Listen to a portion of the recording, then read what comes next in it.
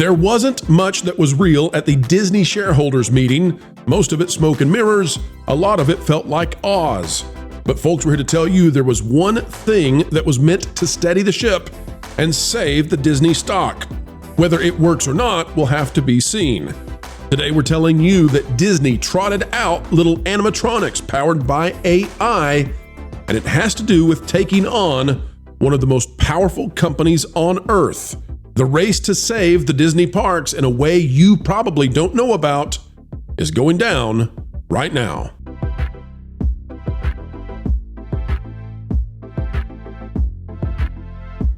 Hello, ladies and gentlemen. Welcome back to the happiest place on YouTube, where we are so pleased to be joined by you. As we get started, consider clicking the like button. And folks, we're going to tell you today what is underway behind the scenes as two major companies are facing off. And for Disney, it is an existential threat when it comes to their parks. Nobody is talking about this in the Disney parks blogger, vlogger, cupcaker, pixie duster sphere, but we're happy to bring it near to you and let you know why Disney is throwing everything they have at saving the parks by getting into humanoid robot AI.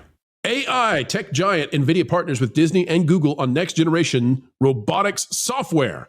Nvidia CEO Jensen Huang announced the partnership at his company's developer conference Tuesday. This may come up during the shareholders meeting. Alex Weprin is the author here. It's a much bigger story than it might seem at first. Let's take a look at it. The Walt Disney Company will bring next generation robots to its theme parks powered by Nvidia tech, the tech giant announced at its developer conference Tuesday. Nvidia CEO Jensen Huang revealed that his company would be partnering with Disney and Google DeepMind on the initiative, joined on stage by one of Disney's BDX droids, which roam the Galaxy's Edge portion of Disneyland and will make trips at Disney's other theme parks this year. Huang also announced a humanoid robot foundational model with a name inspired by Marvel's Guardians of the Galaxy, Groot in One. Now, why would Disney be partnering with somebody? Disney's supposed to be the world leader. They've got the animatronics. It's what their entire theme park business is built on. Why would they be partnering with Nvidia? And why are they so darn worried about this? Why do they need AI to power their humanoids? Well, Cynical Disney has a thought on this. Cynical Disney says, so overly complex. No wonder they break down all the time. This is an image of all the mechanics that are inside Louis the Gator. And you can see that Disney, well, that's something all right. And it's broken down all right. Disney is looking at a world coming in 3 to 4 years where humanoid robots like Optimus from Tesla are going to be everywhere. Everywhere. And so Disney has to do something immediately, or else their theme parks are going to look like relics of the past. So it appears that Disney is partnering with Nvidia so that their cute little robots can now do what their Optimus robots do: recognize you, walk around, greet you, talk to you. And yes, if you are a cast member who plays Mickey Mouse or any of the other masked characters, you may not have that task for long. That may also go to the robots. Culture, Marvin, your thoughts on the idea that Disney needs to partner with somebody and get out of the robot-making business fast, because they may not last otherwise. Well, I heard that they're partnering with the same guys that made those Itchy and Scratchy robots over at Itchy and Scratchy Land.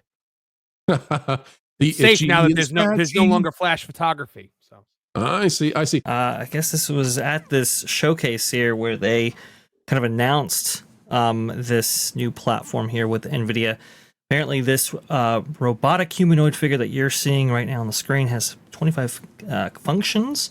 And so it's definitely a big step up from, let's say, that Louis animatronic that we just saw right there.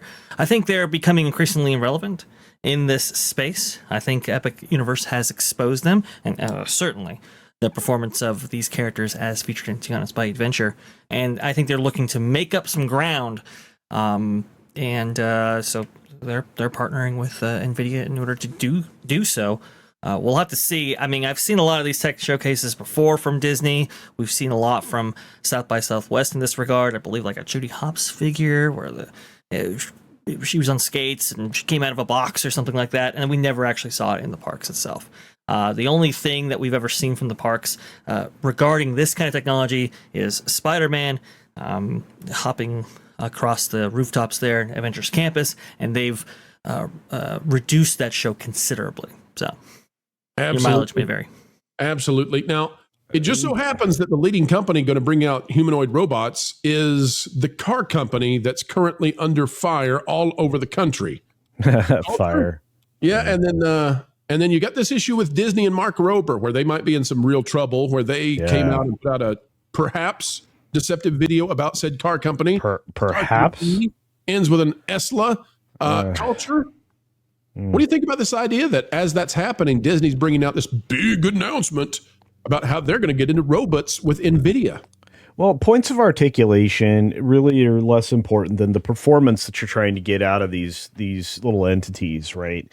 One of the biggest problems Disney has is they try to look for overly complicated solutions. That was one of the images we just had on the screen a moment ago with the Lewis bot. Lewis bot's overly complicated. These things that deliver lifelike performances, all you have to do is design them to do these tasks and how to run through these tasks in the best way to make it look like the most lifelike. This particular thing is incredibly complicated. It's going to be very difficult to work on. It's got, obviously performance issues already, not just based on the costume. To be a mechanic who looks at that and tries to get in there and fix it. I would probably... No wonder these things break down and maintenance can't fix it. Look at that mess. I would rather work on a Mr. Lincoln animatronic than I would this. Honestly, it's bloated. There's parts everywhere. Yeah. You would think in today's time culture that you would look in there and there would be a few motors and you'd have some pulleys and strings, but most of this would be empty. To add to this too, these parts are hard to source as well. They're very difficult to source. Go ahead, Coach. And that's the other problem as well. And look, if you know anything about Disney, the animatronics, they had their own machine shop on property that they could actually, manufacture, believe it or not, or fabricate, or machine would be the word that would be used, their own parts for the animatronics. And they had patterns and everything else that they just mimicked to recreate these things, going all the way back to a Small World. Right. And look, the genius of Small World and other automaton type of things was the fact that they were purpose built. They had a performance cycle. The reason they were called audio animatronics is because the performance was on a plate that spun around like a record and timed in time with the music. That's why they were audio animatronics. And it's like if you build these things in the way that you get the performance that you need like clockwork, you don't have these problems. And that's the problem with Lewis. And Lewis is, the from the trigger onward, it's just a hot mess. So that's true. The Lewis animatronic does make the Xerox printers look simple. They do. And look at just, I've been tinkering with these things for almost the better part of my life. I'll say it that way. And I can just say you don't need to go to all these different points of articulation, these robotic things. But the problem is that now, because of the T company ending with ESLA is building this Optimus bot, everything else is going to be simple. And you won't even need a mechanic to work on these things. See, there you go. There's the clockwork Mr. Lincoln. I would rather work on that, knowing that this thing, by the way, weighs a ton. And it had the hydraulic power to destroy and or splinter the chair that it sat upon, and it did it on more than one occasion. So it's like, yes, these things required a little bit more, and they had more rudimentary switching and things like that, but it had more reliable performance.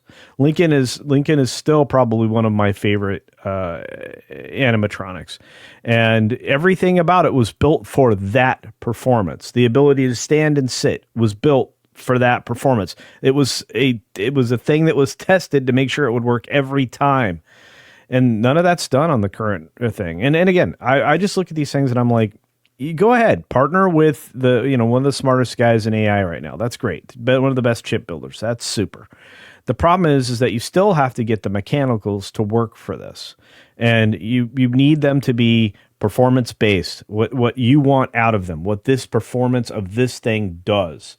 Probably the last purpose built animatronic, I think, is the Muppet Labs roving animatronic.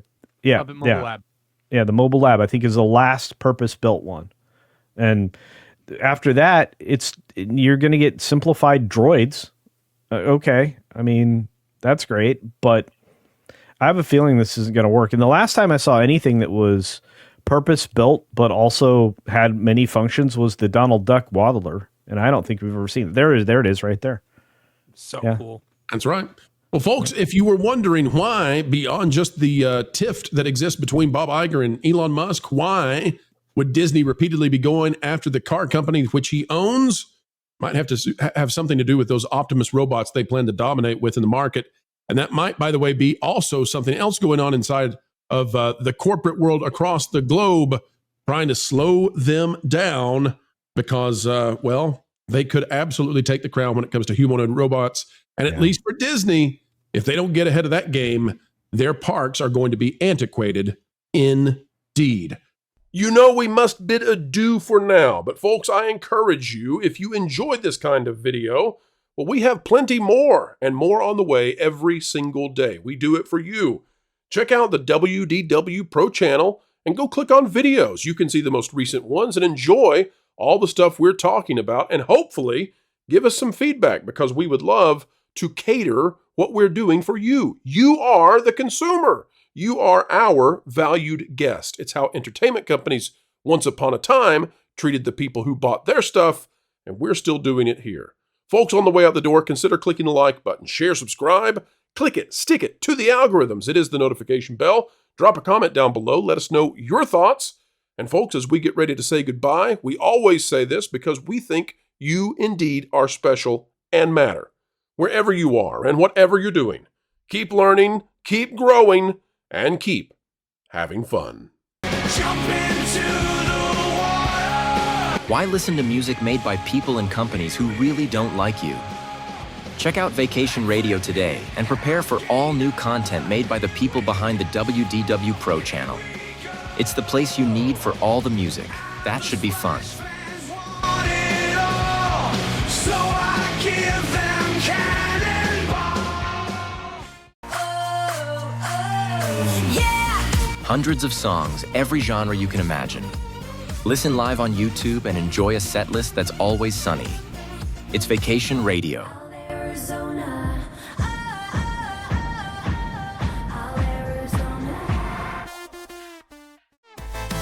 Pineapple pizza, Hawaiian iced can't wait to be up. 3 days of you and me. What are you waiting for? Every WDW Pro video has a link to Vacation Radio in the video description. Try it out and subscribe today.